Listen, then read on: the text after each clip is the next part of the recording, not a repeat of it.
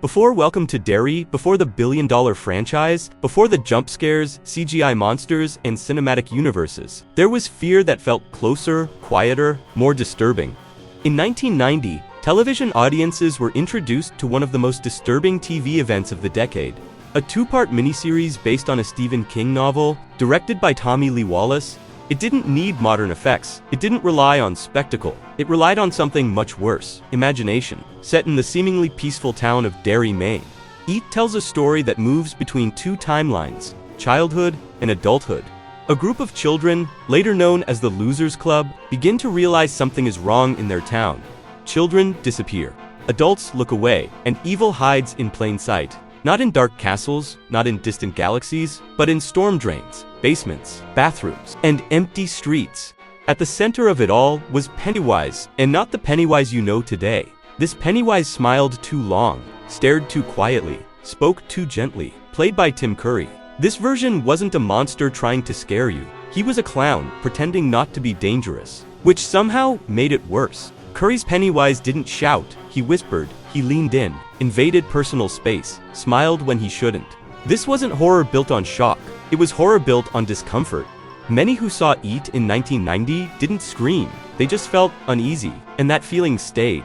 Director Tommy Lee Wallace, who had worked closely with John Carpenter, understood atmosphere. He knew television limitations could become strengths. The lighting is flat, the sets feel ordinary, the town feels real. And that realism made the horror feel closer to home, because if Derry could exist, then maybe your town could too. The miniseries aired on ABC, at a time when millions of families watched together, parents, kids, and suddenly clowns weren't funny anymore. Storm drains became something you avoided, and childhood itself felt unsafe. Unlike the later film adaptations, the 1990 version leans heavily into childhood trauma. Fear isn't just supernatural, it's bullying, abuse, neglect, being unheard. Pennywise doesn't just feed on fear, he feeds on what adults refuse to see.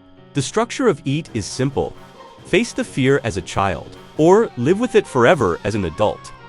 When the losers return to Derry years later, they haven't moved on, they've just buried it, and Pennywise has been waiting.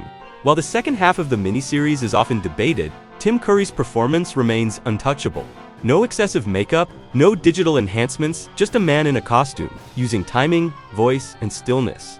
Sometimes the scariest thing Pennywise does is nothing at all, just watching. Over time, It became more than a TV event. It became a shared nightmare. A generation grew up remembering it not as a movie, but as something they weren't supposed to see. Something that slipped past bedtime, something that stayed with them, long after the TV was turned off.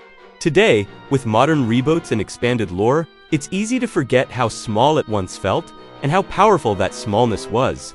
There was no cinematic universe, no post-credit scenes, just fear drifting through a quiet town. Every 27 years, because before Welcome to Derry, Derry already knew fear, and it had a smile. Long after the screen goes dark, some fears stay behind, not on film, but in memory. This is Cinema Glitch.